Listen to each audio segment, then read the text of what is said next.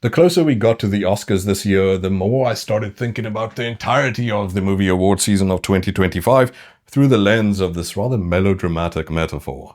Imagine, if you will, a solitary soul that's little old moi, hopelessly hurling criticisms at a Hollywood behemoth, concrete-clad and dwarfing him. Any guesses at what the architectural philosophy of this concrete-clad behemoth might be? That's right, it's brutalism. Yep, naysaying nobodies like myself have been in the shade of a virtually unanimous universal praise for the Brutalist this whole time. So I plan a sort of lonesome groan for, well, actually a couple of movies I think shouldn't have in large part been at the Oscars this year. Yes, and Aura peeps, at some point I will present my derriere for public whipping chains and cuffs, but that's for another video. But before that, though, just the numbers, the Brutalist this season, and that's all the way from Cannes last year, Feb or so, 106 awards. I don't think it got anything at Cannes, but irrespective, right at the very end, which is all that matters apparently, it was 3 Oscars for cinematography, score, and Brody, the oldest category at the Oscars. So at the outset, a comparatively minor misgiving that I have with the movie is that the philosophy, the ethos or theories of brutalism, including the popularized mischaracterization that I used above, which is that it's about behemoth oppressors of the individual spirit, used and abused, valid in some respects. They don't meaningfully permeate the play in any sense. It doesn't enter in an interesting way. No, and I'm not saying, but the movie about brutalism should be about architectural thought, right? But rather, why would it squander this lens on time, place, and zeitgeist to merely smuggle schmaltz? Say that 10 times fast. Like, at the most rudimentary, you could speak to parallels in post-war ideological renovation. Hegemonic shifts between Europe and the US, as we're seeing. Brutalism as capitalist tyrannical hulks versus brutalism as egalitarian housing provision. And the present tension between an economic system that seems to think it will outlast concrete monuments versus just historical humane necessity of a roof over the head of all of its masses. All these things brutalism could talk about. A funny coincidence, by the way, is that Adrien Brody's character, Laszlo Toth, vacuously dreams of his creations outliving time for their own sake, which really doesn't penetrate the core of what brutalism is about. But in Alien Prometheus, Guy Pearce's character, Peter Wayland, the tech dickhead CEO of Wayland Corporation, programs a bot obsessed with the poem Ozymandias, which mocks monument horny men. The more major problem for me being that the Brutalist is almost woefully incurious about history. Don't know why I was milking a cow. In fact, there's a pretty gross line right at the very end of this movie that neatly sums up this ignorance, but more on that in a bit. It's just like, if architectural philosophy is not doing the heavy lifting here, and more importantly, how we as a society apprehended this architectural philosophy, what is doing all the work in the Brutalist? And I think Paul Thomas Anderson did more. Great director who also won Oscars, and I think about him for a couple of reasons. I want you to consider both his There Will Be Blood and The Master. Both masterpieces, also Oscar winners. They are both set, like The Brutalist, at pivotal stages of the march of US empire. Paul Thomas Anderson's work feels more richly soaked in the story of US exceptionalism and delusion, shedding century-old light on even now. Even at the most basic level, the Brutalist could have captured real-life US ideological opportunism with immigrants, desperate immigrants, until that is, it's time for the ice knock at the door. But again, it fails to meaningfully scratch 2025 in any way that's worth talking about. Like I said, maybe track US capitalist co-opting and retooling of ideological vehicles like city design. No such luck.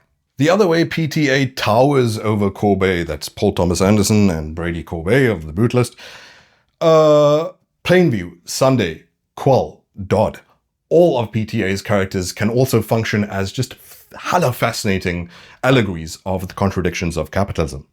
The cutthroat marriage of convenience between Christian revivalist snake oil churches and the industrialist Kool-Aid of progress, TM. the split saber, that's the name of Dodd's book, and the master, of self-help horseshit arriving on the scene for the first time in America, and the actual in-need-of-help material decay of the blue collar. Importantly, all that allegorical wank to one side, the characters of PTA are just fascinating weirdos soaked in their own personal histories and interiorities of beliefs versus bluffs the whole time. No such luck with either dimension in The Brutalist. And if you think, JP, metaphoricizing the pillars of capitalism in your measly little characters is a skyscraper ask. I mean, come on. I invite you to rewatch Hayao Miyazaki's masterpiece, Princess Mononoke, which does the hard work of making humans more human than The Brutalist, while each of them still convey the contradictions of capitalist industrialism, its tensions with man, nature, and man in nature. And that pretty gross line at the end that I mentioned earlier, a proud declaration of the Brutalist's anti-history, not just a history, I contend. From a speech his niece makes in closing, she goes, "Don't let anyone fool you, Sophia," he would say to me as a young struggling mother, raising my daughter during our first years in Jerusalem. "No matter what the others try and sell you, it's the destination, not the journey." I'd also ham-fist my Hungarian accent a bit more, but I don't have the luxury of AI to rescue my confused work. For a movie bragging of deflating the American dream, it sure does triumphantly elide the American means to proclaim of the American ends, but despite it all, look how far we've come. Worth noting at this point, with as much attention as the movie gave, there are only 2 tepid footnotes to the US genesis and energizing of genocide and slavery. And both obviously out of the mouth of Guy Pearce's rich character, but merely as aversion to non-whites, scarce seasoning here and there with no hint of how white supremacy got him real wealthy and stewed down to his bones. 2 hints at this murderous fuel of American enterprise, that's it. But who cares? Ask not how the settler colonial entity came to be and how it perpetuates its predation. Stare only vacantly into the spectacle of inevitability of destination. And here's where else this movie is majorly stinky for supremacist sentimentality. Notice how in that speech the character superfluously added, "in Jerusalem." The sympathy for a genocidal supremacy you cannot easily mention in Western online is sledgehammer subtle in this movie. This image on the poster is from a sequence of him hitting his economic stride as a new immigrant masculinely applying his craft behind steel, sparks, and ciggies, all washed out in a horrifying sound. For Hashem knows what reason, David Ben-Gurion is given the mic, proclaiming his founding of the State of Israel in a 1947 speech. Oh, by the way, 10 years earlier, Ben-Gurion said, "After the formation of a large army in the wake of the establishment of the state, we will abolish partition and expand to the whole of Palestine." Anyway, so this scene and the score blaring, victorious, and Brody's hammering away, all of it celluloid sealed in a spirit of Zionist can-do. Importantly, applying the elbow grease to a voracious new empire after the collapse of Europe, which would itself ensure the creation and sustenance of that supremacist outpost in the Middle East. Less indelicate, his aforementioned niece refuses to speak throughout the whole of part 1 because of trauma, until, in insistent optimism, she encourages Brody and Jones to join her in Israel, all land of milk and honey like. Like voila, her voice back without ceremony, only Israeli sale. The otherwise traumatized mute character disgustingly only finds her speech center to waste no time touting postcard colonist propaganda. After that, it's a watch-checkingly monotonous passage of the couple's descent, their downfall into heroin addiction, whereafter, in a hospital bed for overdose, and with the literary elegance of, if only Goldilocks didn't eat the porridge, poor Jones has to deliver, "The whole country is rotten. I'm going to Israel to be with my Sophia and her child. Come home with me." Once more, the prodigal son resists this husbarist hint, and you know what that means. That's right, he gets raped. Wait, what? What the fuck was that about? You mean it wasn't enough that immigrants are treated like inhuman trash for profit-thieving exploitation? Compare another actual masterpiece like Parasite by director Bong Joon-ho, love you, where all the decades of degradation, grind, and dehumanization culminate explosively in seeing your boss turn his nose up at your bleeding out underclass brethren to retrieve his Mercedes keys. Like, I promise the evil could be made apparent enough without instructing Guy Pearce to mount Adrien, Brody, and yeah. In fact, his niece is raped too. Exploitation probably needn't be exclusively exploitatively symbolized in sexual violence. But then again, fantasizing rape is a weird obsession of that certain country's propaganda. Another softball to US propaganda is also illuminated in the closing niece speech describing Brody's design for Pearce, as evoking concentration camp cells, with one exception of the glass in the heights, inviting free thought and freedom of identity.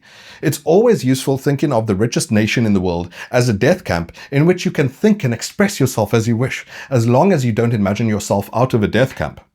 It's here I'll quickly point out, too, that like many popular movies, the representation of a proletariat is just a form of stasis, a holding pattern for dreamers in waiting, those in pursuit of happiness. Bottom of a ladder, ripe for climbing. No allusion or analysis is given to the proletarianization, verb, by Pearce's class.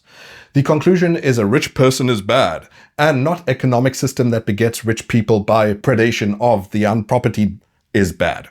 There is a ladder, and it's constantly remade and constrained from the bones of those before and behind you. Of course, I didn't completely hate the film. I'm just here to deflate some hype and point out very important poisons therein. But it's not hard to find interesting, valid, positive takes on the Brutalist out there. I'm just in the minority. But look, I get there's a well-worn story of the human spirit you can press into any time period. Shit, you could give me the 3-hour two-parter of the first cave person to derive the wheel and fixate just on its Oscar bait human drama aspect, apparently. I just get a bit touchy when IRL Earth is about to end and you take the themes of inequality, overdevelopment for 1% vanity projects, going to Mars, xenophobia, fascism, etc., and squander them all on Oscar bait schmaltz with no interrogation of present-day Earth's final hour at its core. The Brutalist feels like going to a White Castle to learn more about medieval societal dynamics. And at its worst, the Brutalist functions A, as a tourism brochure for one genocidal state, and B, for that state's genocidal hegemon, as a cautionary tale to displaced Earthlings it rendered desperate, shouting from a stolen rooftop like Trump's co-worker Kamala, "Do not come." Preparatory for multiple fascisms. In fact, what might be useful right now is, apparently you can spoil an entire ton of concrete mix by adding just 1.5% sugar to it. Schmaltz, but who knows how that could end up being useful. The Brutalist I can only give 6 out of 10. Not a good movie.